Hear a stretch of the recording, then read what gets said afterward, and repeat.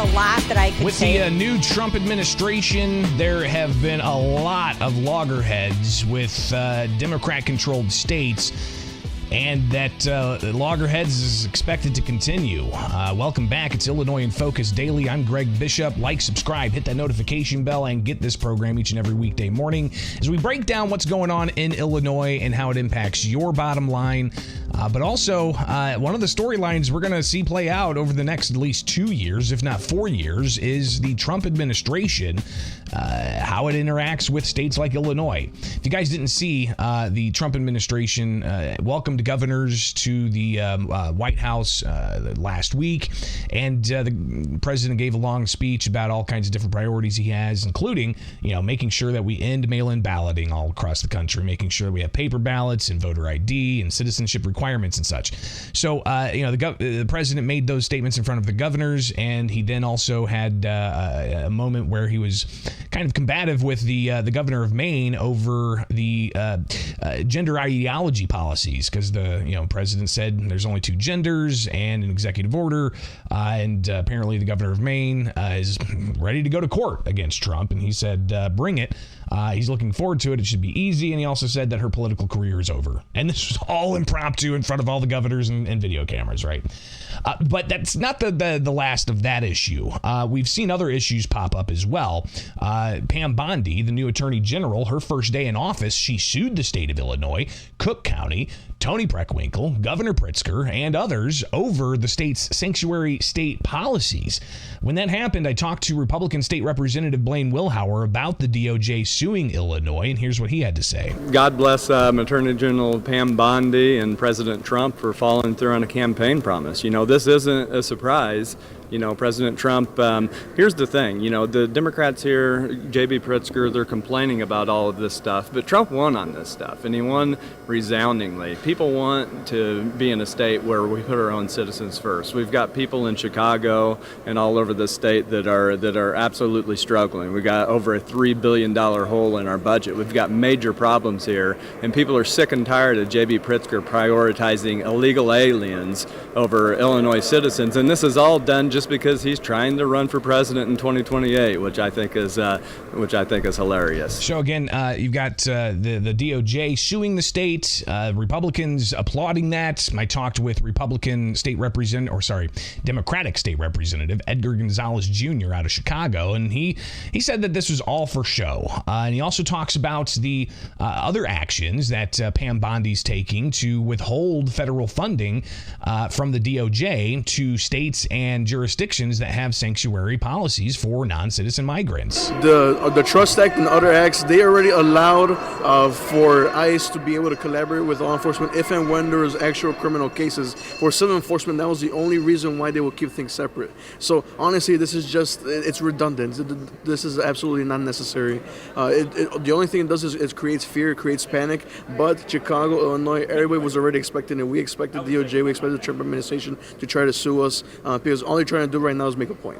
It's completely irresponsible, and at the same time, too, Illinois is a donor state. The federal government relies on our tax revenue. If they do things like this, it really doesn't make it a compelling case for them, Illinois, to help contribute in that way to the federal government. If they want us to be helpful, then they can't be cutting us off. So again, Edgar Gonzalez, seeing the Trump administration suing Illinois over sanctuary state policies as just for show, and trying to push back on the idea of withholding federal funds for states that have sanctuary policies. But again, Blaine Wilhauer said bravo for withholding federal funds from jurisdictions that have sanctuary policies for non-citizen migrants. That's the withholding funds is the only thing that's going to get those folks' attention. This is really easy. We can solve this tomorrow. End the sanctuary state status, comply with what the immigration law in this country is, and we can get things back on track, because we can't afford this. Outside of the morality of the situation, we can't afford it. So Wilhauer clearly, again, applauding the federal government's actions under the Trump administration to try and withhold some funds. Now, one thing that you can find at thecentersquare.com is how much actually is being spent on certain nonprofits that go out and fund different types of immigrant services like legal services and such, and it's up there. It's $60 million to one organization and so on. But the Trump administration is working to withhold some of these funds and freeze some funds so they can do deep dives with, say, like the Department of Government Efficiency. Should Illinois have a Department of Government Efficiency? I asked Democratic State Representative Marcus Evans Jr. out of Chicago about that, and here's his response: is whether we should have a real-time audit of state spending. We're already moving in the right direction here. This budget deficit is the reality of government operations, and we're going to figure it out. But that Elon Musk department is not necessary here in Illinois. We're doing good things in Illinois. I don't want to be distracted by some of the nonsense that's going on with this new administration.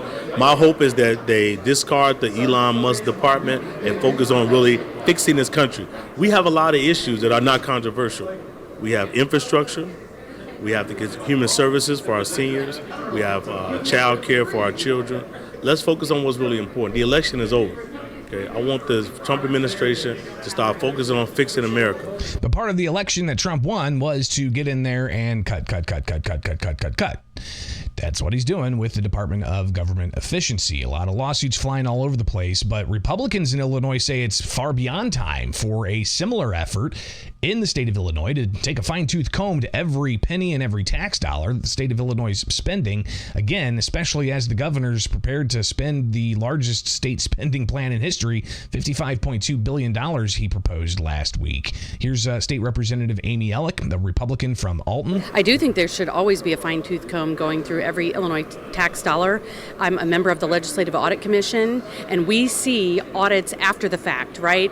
The errors, the problems have already occurred. Let's make sure that we're addressing those on the front end and being really efficient and effective with the citizens of Illinois' tax dollars.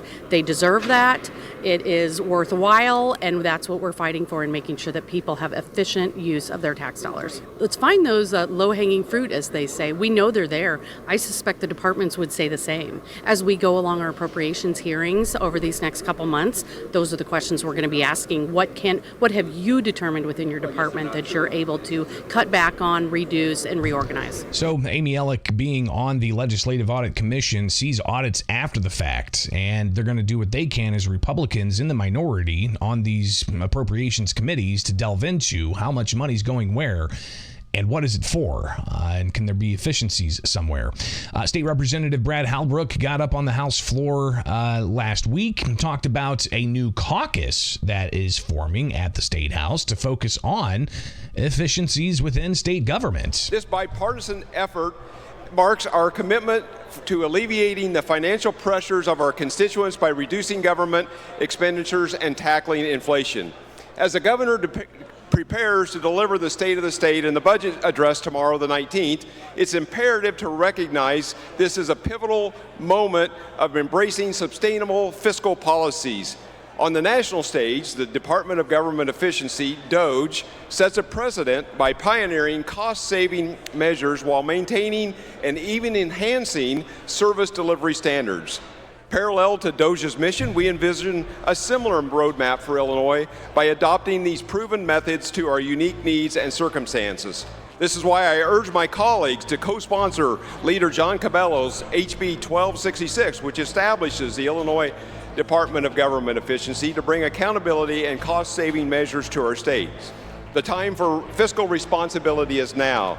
Illinois cannot afford more reckless spending, more borrowing, and more crushing taxes. So again, will there be an Illinois Department of Government Efficiency that Republican State Representative John Cabello is proposing?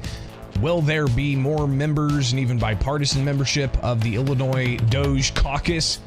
We'll be watching on the ground at the state capitol. Wake up with us each and every weekday morning with Illinois in Focus with the Center Square. Get the podcast where you get podcasts. Like, subscribe, and hit that notification bell here. Each and every weekday morning, live to tape with you. I'm Greg Bishop. Thank you so much for being part of the program.